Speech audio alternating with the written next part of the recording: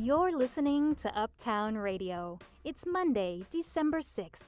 I'm Sarah Thomas Oxtoby. And I'm Jaden Edison. After decades of ups and downs, loyal New York horse racing fans face an uncertain future at the struggling Aqueduct racetrack. Not too many people's coming out no more. You know what I mean? A monthly night market provided some much-needed help to Harlem's small businesses this summer. And there's already plans to bring it back next year. The Uptown Night Market has helped my business a lot, and without this, I don't know what my sales would be. Cash bail was supposed to be limited in New York starting in 2020, but some judges are still setting high bails. Now, they have company in their courtrooms, and these spectators have a goal. Free them all! We'll keep watching! All that and more on today's program. But first, the news. Live from NPR News, I'm Lakshmi Singh. The U.S. is staging a diplomatic boycott of the Winter Games in Beijing. The White House is protesting China's human rights record, which it says includes genocide and other crimes against minority Muslims in Xinjiang province. Press Secretary Jen Psaki says American athletes will still compete. The athletes on Team USA have our full support. We will be behind them 100% as we cheer them on from home. We will not be contributing to the fanfare of the games. Earlier, China warned that a boycott would be viewed as a political provocation.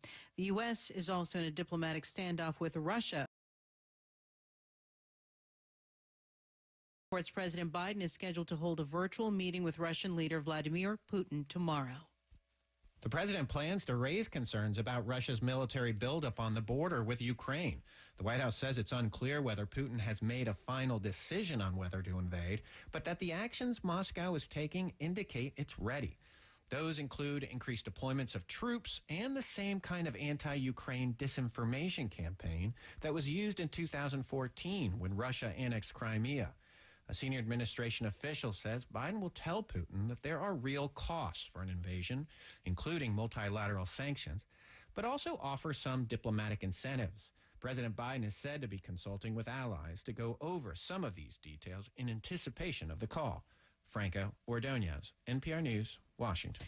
The administration is complying with a court order to resume a Trump-era policy that required asylum seekers to wait in Mexico for their U.S. immigration court hearings. Angela Kucherigo with member station KTEP reports the program has resumed in El Paso. El Paso is the first location where asylum seekers are once again being returned to Mexico. The program, known as the Migrant Protection Protocols, will expand to 6 other places along the U.S.-Mexico border in the coming days.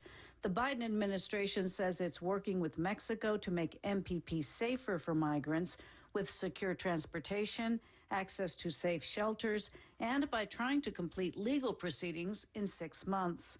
Human rights organizations say asylum seekers have been robbed, kidnapped, and faced extortion while waiting in Mexico. For NPR News, I'm Angela Kucherigo in El Paso. The Justice Department is suing Texas again. Attorney General Merrick Garland accusing the GOP-led state of violating the Voting Rights Act through redrawn congressional and state legislative maps. The complaint we filed today alleges that Texas has violated Section 2 by creating redistricting plans that deny or abridge the rights of Latino and Black voters to vote on account of their race, color, or membership in a language minority group.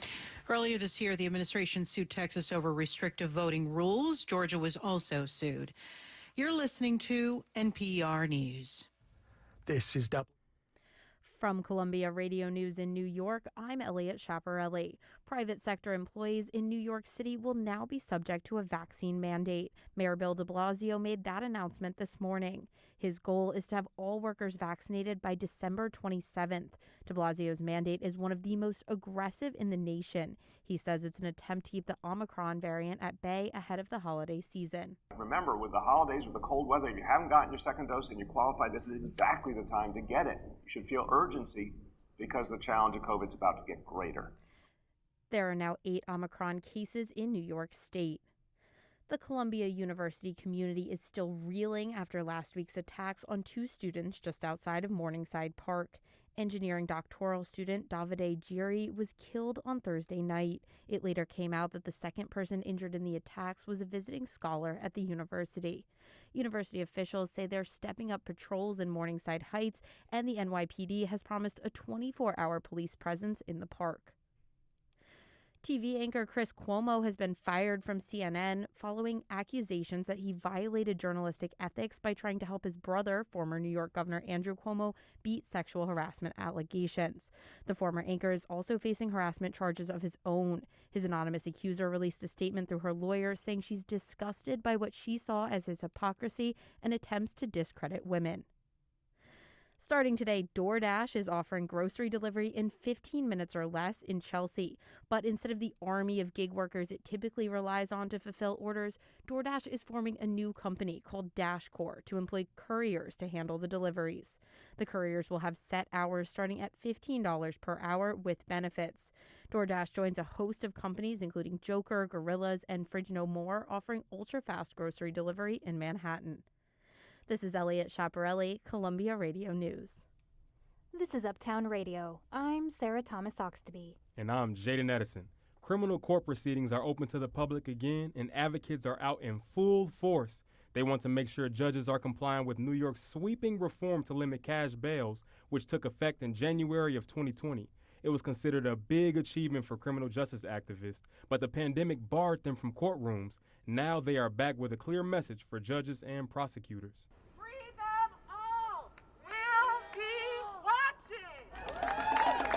Louise Valley reports. Eileen Mara is a petite woman with maroon-dyed hair and matching eyeshadow. It's a cold October morning and she's standing outside the courtroom to share her story. In 2013, Mara was arrested for jewelry theft. I spent 420 days on Rikers. It was... I could be here all day explaining how awful it is. And that's before Mara ever got a trial. In fact, she never got one. I pled out to a 2 to 6 so I could go home. I asked my lawyer, I need to go home. He said, then you have to plea out because he's not letting you go. Mara says she's innocent, but she didn't have the strength to fight her case from behind bars. And she wasn't given much of a choice. I was given a $75,000 bail, so I wasn't able to get bail. I think if I had been out on an ROR, my situation would have been much different. ROR, that's released on your own recognizance. It means she would have been fighting her case from home instead of spending 2 years on Rikers Island. I would not have lost my home. I would not have lost my employment. I wouldn't have lost that chunk of my life. The bail reform was meant to fix that basic injustice, the fact that poor people accused of misdemeanors and non-violent crimes often have to wait in jail for their cases to be heard, because they just can't afford bail. 2 years on, not much has changed for the people at Rikers and other city jails. Of the nearly 5,500 men and women held there, almost a third are still awaiting trial. Some have been for more than a year.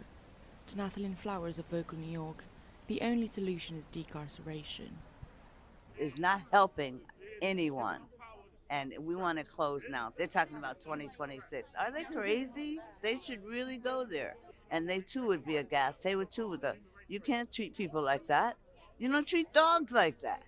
At first, I would wake up during what's called the count times, when they come through and count you like your cattle.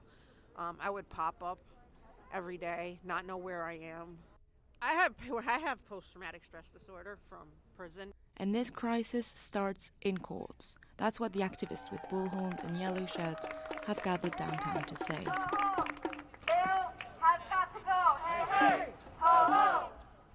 MK Cation is a public defender and an activist with 5 borough defenders.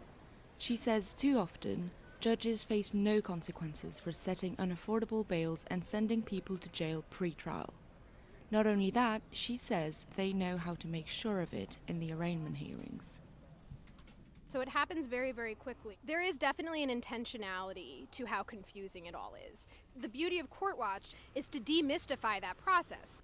With a little training, anyone can watch an arraignment hearing and flag out when a bail is set unjustly. Since they resumed their actions last month, court watchers have already reported a dozen cases on Twitter. Louise Vallée, Columbia Radio News.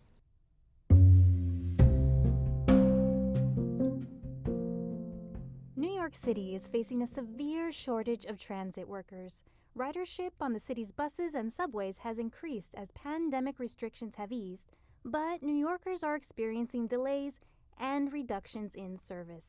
The MTA is struggling to hire bus drivers, conductors, engineers, and cleaners, among other vital positions. Over 100 MTA workers died of COVID-19, and dozens of others chose to retire rather than risk contracting the virus at work. That and pre-pandemic job cuts has led to the shortage in New York and across the country.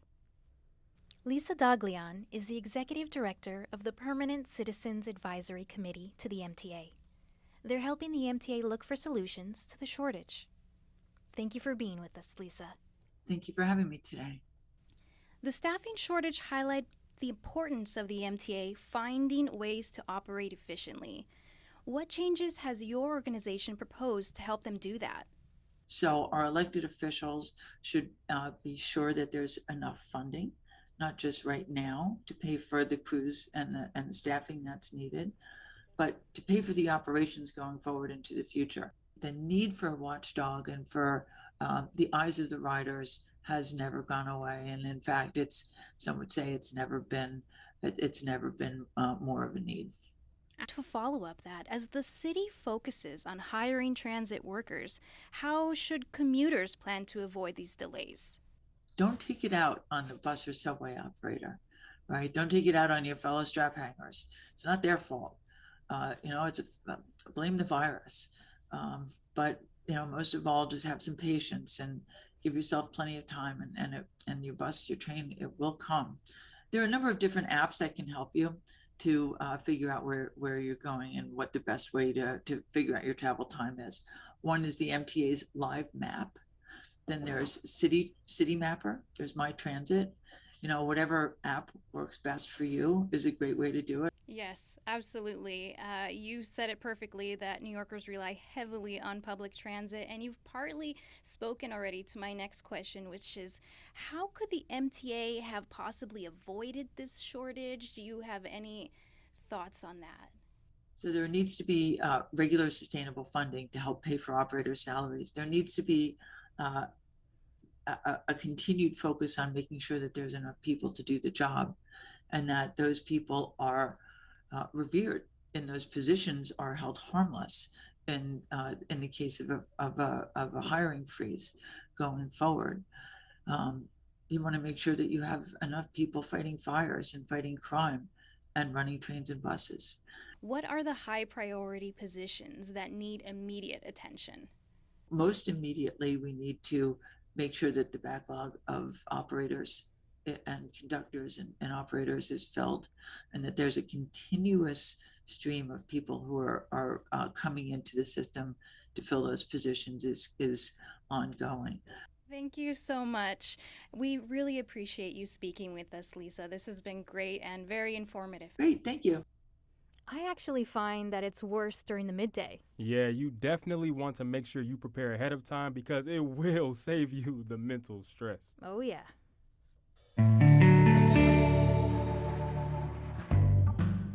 Harlem's small businesses are still recovering from their pandemic losses. A Reuters report shows that at least 41% of U.S. black-owned businesses shuttered since last year. But here in New York, the Mask Hospitality Group has found a way to bring in new business. South V. Sankara has the latest. If you love the night market, make some noise. As the sun sets on 12th Avenue, Manhattan Borough President-elect Mark Levine welcomes those gathered under the arches of Harlem, celebrating local food, art, and businesses. The smells of fried lasagna, barbecued chicken, and powdered donuts blur together. Long lines form outside the 54 food stalls and pop-up stores set up. The final monthly Uptown night market for the season is in full swing. This scene is dope right now. This is Sean Murray. Murray is here to support the vendors, hoping for some good fortune in return. He plans to bring his own fried shrimp shop to the night market next year.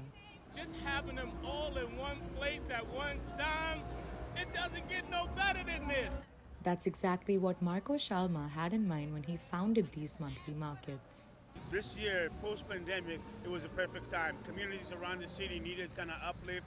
Small businesses around the city needed some support. Shalma says 80% of the businesses here are owned by people of color and 75% owned by women. We want to support communities that look like us in areas that look like us. The company says the cover charge for each vendor varies on what they sell, but declined to provide the exact amount. One vendor says she paid $215 for her clothing store per night.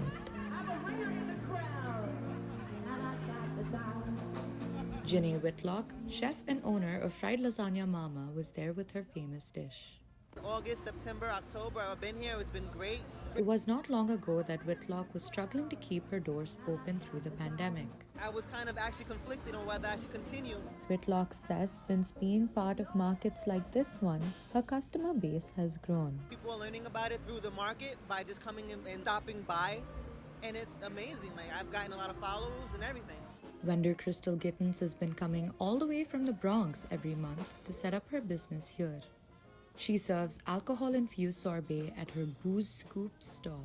The Uptown Night Market has helped my business a lot, and without this, I don't know what my sales would be. Doris Galarza owns the Latina apparel brand For the Culture NYC. She says these markets need to continue, pandemic or not. Giving back to the actual community, which is great because a lot of the vendors are local to the neighborhoods in which they're in. Spanish Harlem resident Sarah Thompson agrees.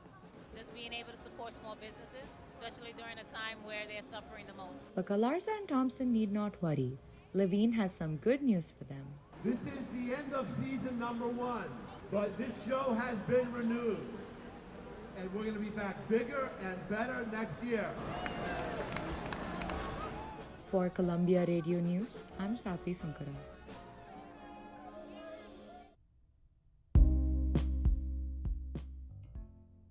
The pandemic highlighted many problems when it comes to healthcare.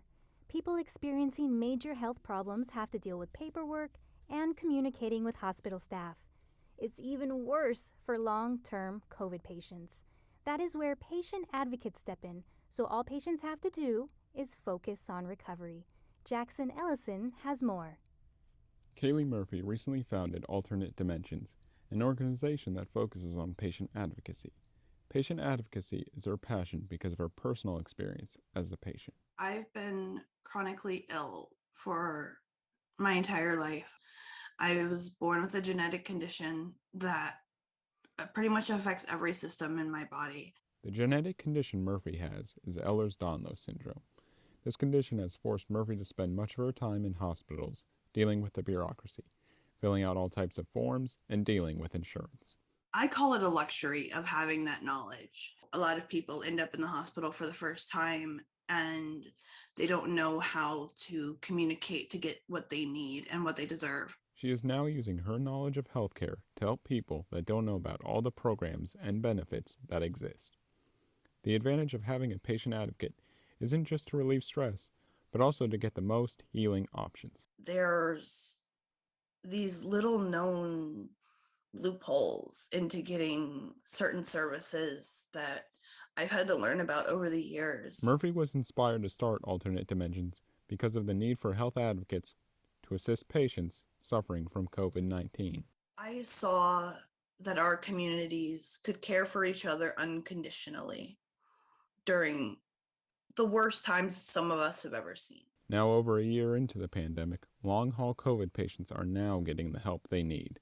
Dr. Rupa Rajape, the primary care lead for the post-COVID clinic at Stony Brook Medicine, says this wasn't the case early in the pandemic. Many patients felt that their voice wasn't being heard and that their symptoms weren't being validated. Because the post-COVID clinic relies on coordination from a few different doctors, Rajape thinks patients should utilize advocates. I think it's important for them to have that resource. A lot of the information around post-COVID initially came from patient-led groups. Rajape advises anyone who is suffering from long-term COVID to seek medical attention if necessary, and to set small, achievable goals to help make the road to recovery easier. If we take the time to set small, realistic goals, then they're actually achievable. And we want to get better fast. We want to get to the next stage. We want to feel normal as soon as possible, but we're not sure how quickly that will occur. And so if we do set these small goals for ourselves that are more achievable, then that satisfaction comes sooner.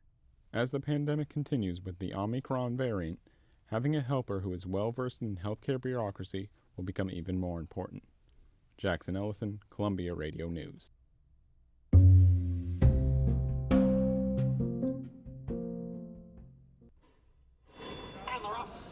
The Aqueduct racetrack in Queens has started another winter season, and it may be the last.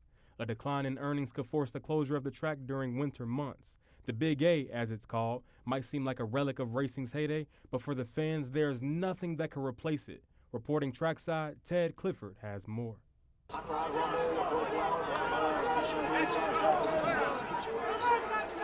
been in racing from I'm 9-year-old. You know, I get in racing, my brother. You have a market in Jamaica by the name of Chiggerfoot Market. A girl was selling bami and fish, and she and my mother was best friend. And they carried me to Caymanas Park. And from that day, from a 9-year-old until now, I've been in races. That's Ignatius Heath. He's 70 and change and a one-time assistant horse trainer from Jamaica. Like many of the fans of the Aqueduct, Heath is an immigrant and comes with the camaraderie at the only New York track with live racing through the fall and winter. But a study released earlier this year by the New York State Gaming Commission found that wagers had fallen 35% statewide from 2010 to 2018. One solution to cut costs, shutting the Aqueduct during its winter season. Longtime racing fan Kenneth Sinclair isn't surprised that it's come to this. Not too many people's coming out no more. You know what I mean? It's like the generation doesn't expand like it's supposed to expand. Today, most gamblers at the Aqueduct place their bets on touchscreen kiosks. More bettors are watching races on big screens inside the hall than cheering trackside in the cold as planes make a low descent into JFK Airport. There's a smell of stale cigarette smoke in the air, and the floor is covered with torn-up betting tickets. There have been many proposals to breathe new life into the Big A.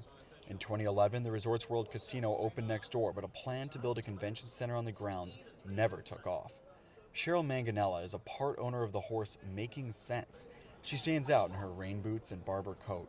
Despite falling attendance, Manganella understands what makes the track so special to its loyal fans. It is special. It's just a regular blue-collar kind of track.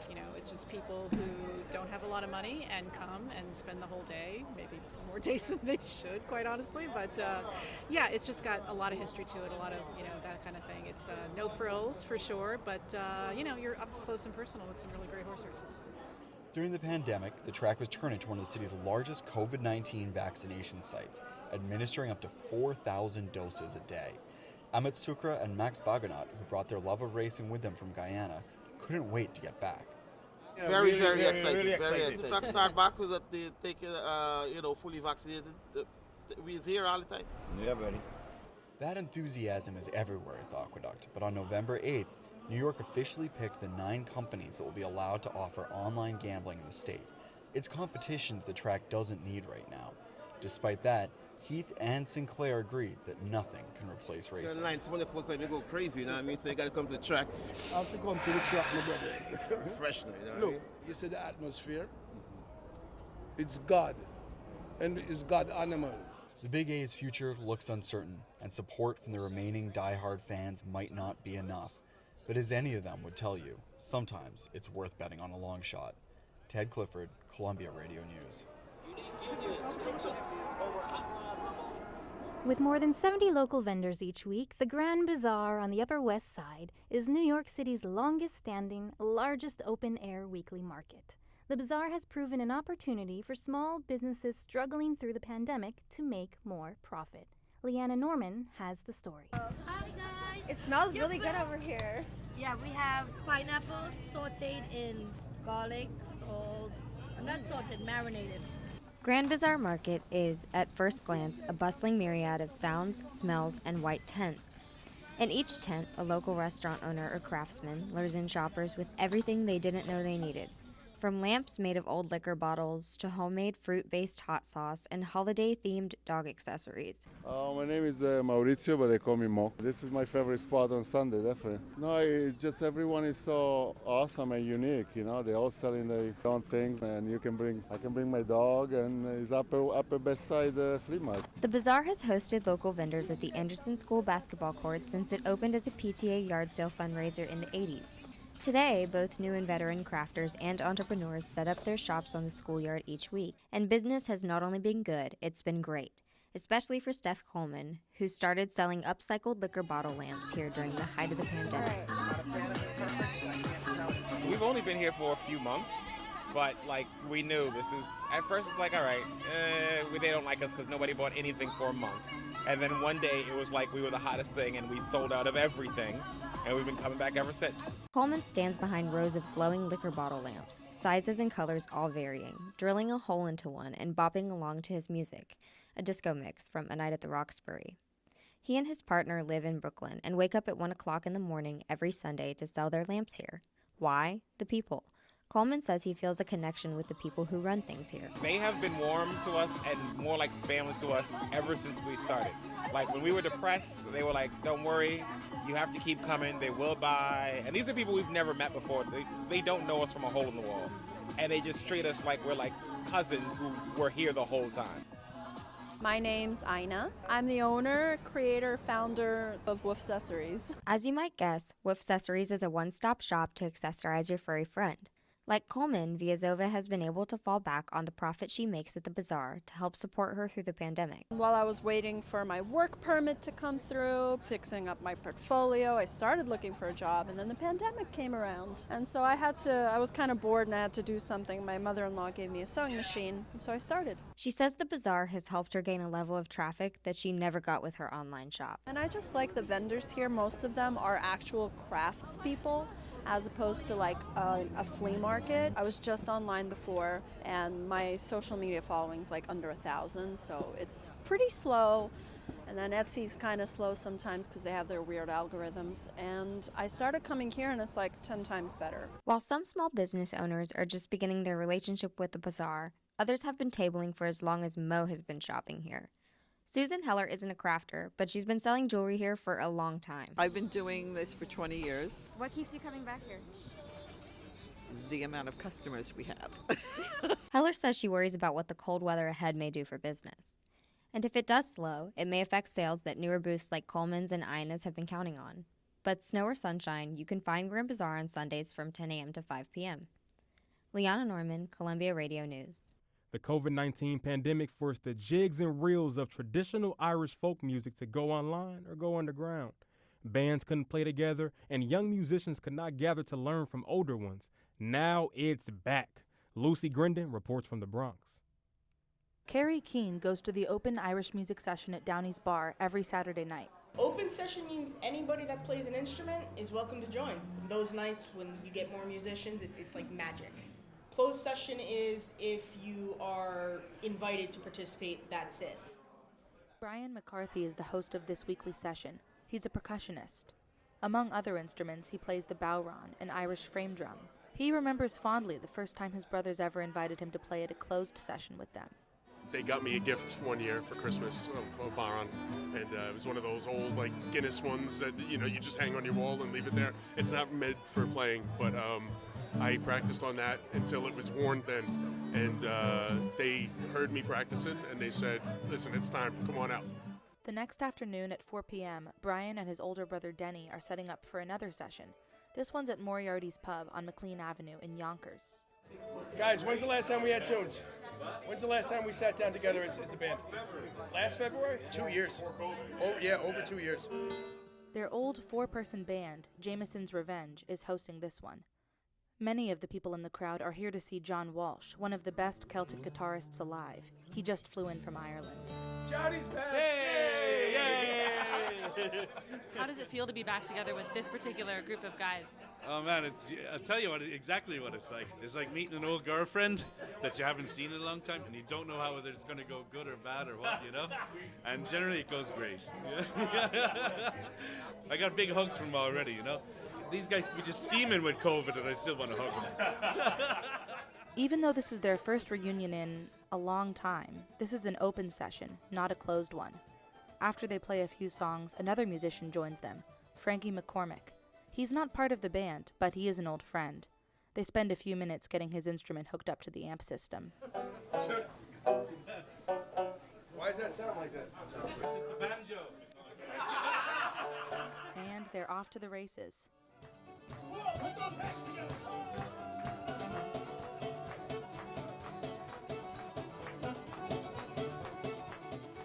By 7 p.m., 9 total musicians are playing in a circle on the stage. Some women, some men, some young, some old. One holds a bright red electric guitar. The music may not be as traditional here as it is in Ireland, but Walsh says New York has kept Irish music alive when it's been threatened in the past. I think that Irish music in general is lucky that there are so many sessions in New York. We really kept it alive at times when it wasn't easy to do it in Ireland. It was against the law for a while, you know. What time period or what decades are you talking about? 800 years. So it was very restricted. All of it was like, it was a captive music, do you know what I mean? And I think now it kind of got released here in New York. The McCarthy brothers are determined to keep Irish music alive in New York by welcoming the next generation into the session tradition. Anyone is welcome. If a 6-year-old with a tin whistle wants to sit in, I think it's the best way to learn. For Columbia Radio News, I'm Lucy Grindon.